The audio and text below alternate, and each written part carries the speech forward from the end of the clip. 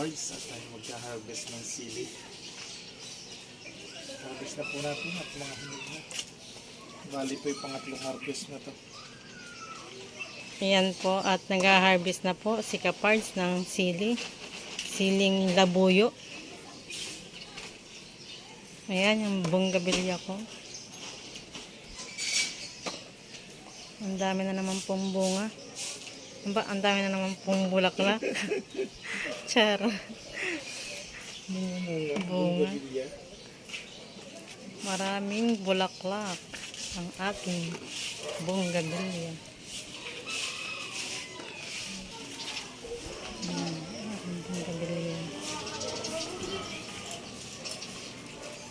May pandan din po tayo dito sa taas. Pandan. Ito yung mga inilalagay ko sa luto-luto ko pag nagluluto ako ng mga merienda. At malago na rin po ang aming salay.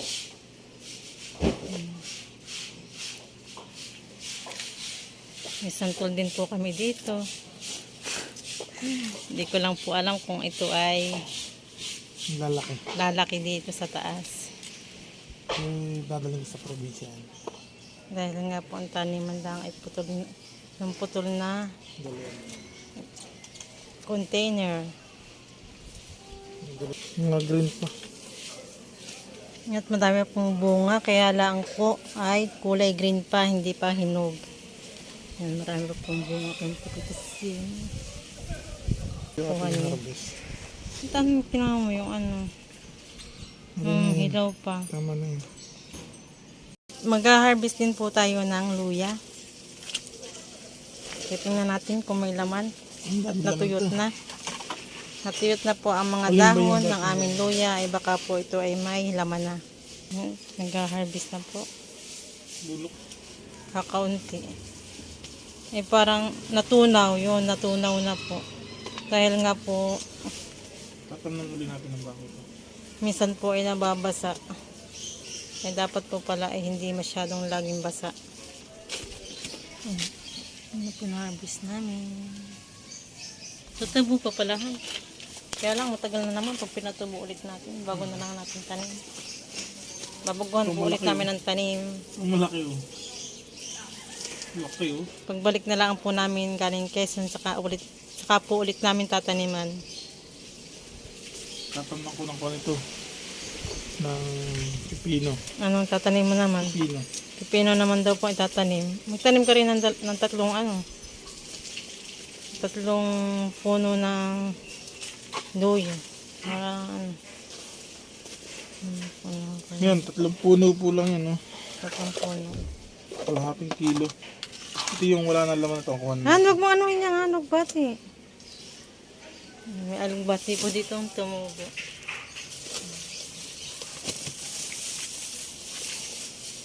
Wala na po kasing dahon kaya dapat i-harvest nito.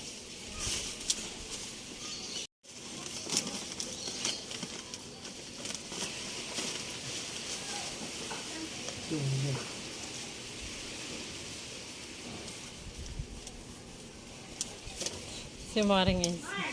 Ano, ilagay mo lang diyan, takpan mo. Yan po ito. Kaya natin ito. Uy, laki. Laki pa na yun doon eh. Hanot malaki po. Pero kakunti lang. Yung iba po yung natunaw. Hindi din na lang pagka po na madaming kapukon. Tuloy dalawa lang. Doon sa baba, kunin mo na rin han.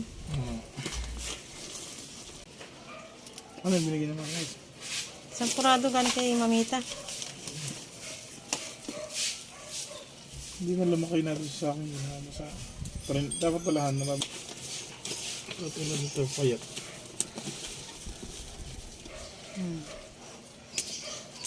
Sinong payat? Ikaw.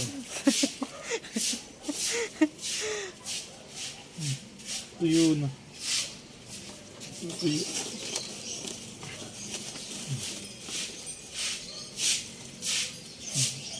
No, pagka nilagay ko ng mga basa, inarir ko na lang din.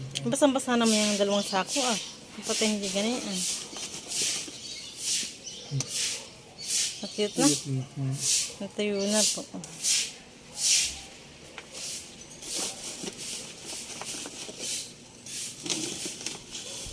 Ayan, ba't yung kinuha ito?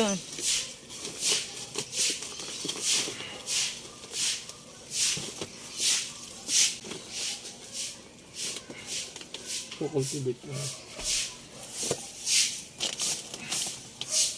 Ito. Napugpug na. Oh. Ito yung malaki. Malaki.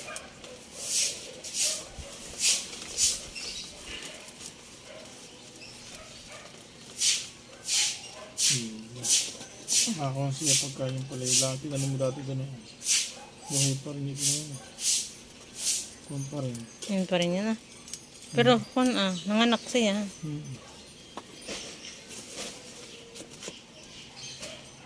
Yan, may naani naman po kahit pa paano. Nag-intay ng ilang buwanan ha? 7 buwan. Yan na po yung naani namin. Kahit unti lang naman. Ay, okay na po yan. Basta may naani. Isang kilo din. Panggamit-gamit. Diyate wala na. Nagulog pa rin pa. Tingnan mo yung basang-basa. Bulok. Natutunaw. Ang parang may doon pa doon sa dulo. Yan.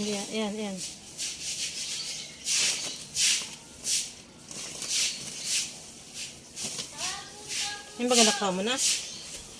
Diyate hindi pa. Ano pa baga diyan?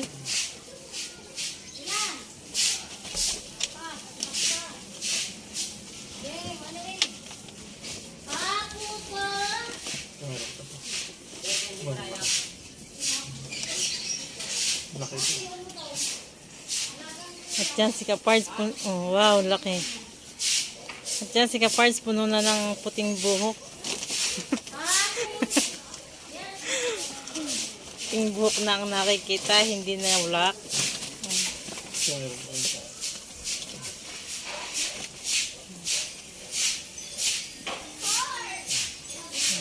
Hindi na po namin sinira yung sakot, sayang.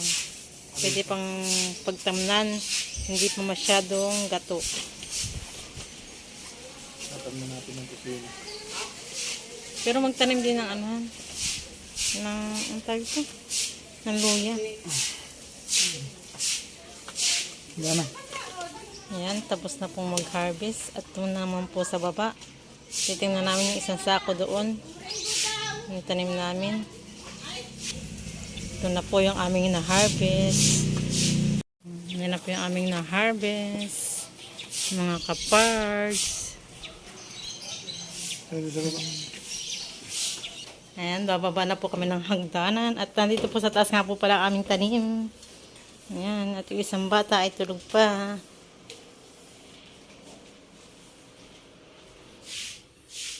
Ayan, kukunin din po natin dito yung aming tanim na luya. Yung isang sako. Wow. Napakalaki po ng Maganda ng po laman. yung sa ako. Yun lang yung ano. Oh, di ba nakuha natin ito?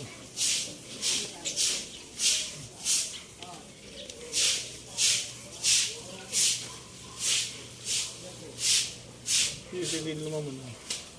Yun lang. Yan, isang puno. Ito po yung isang puno namin. Ay, nalaglag. Yan, yung isang pong puno namin dito sa baba. Ito po yung nakuha.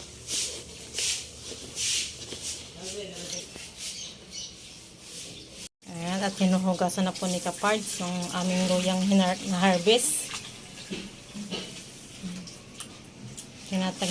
Tinatanggalan po niya ng lupa.